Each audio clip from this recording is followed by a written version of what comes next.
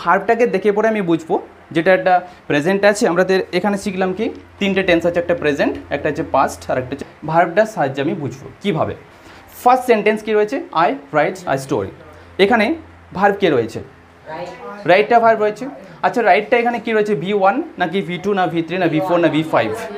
V1 এর মধ্যে রয়েছে। তা আমরা তো এর আগে শিখে গেছি যে V1 অ্যান্ড V5 কোন টেন্সের জন্য থাকে?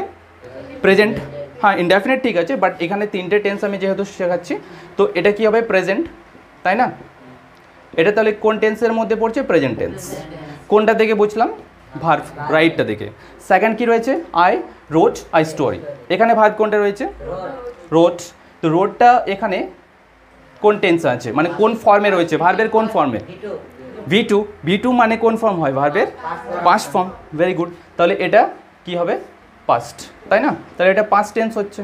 তাহলে আমি তো এখানে বুঝতেই পারছি, জাস্ট ভার্বটা দেখেই বোঝা যাচ্ছে I রোট a story, this is an example of past tense, isn't it? তাই তো, এটা পাস্ট টেন্সে রয়েছে।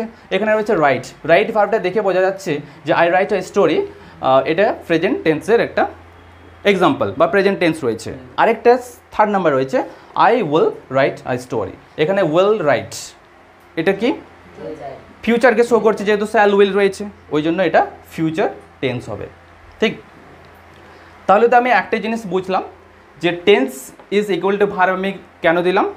ভার্বটা দেখে পরেই বুঝতে পারা যাচ্ছে যে সেন্টেন্সটা অ্যাকচুয়ালি কোন টেন্সের মধ্যে রয়েছে।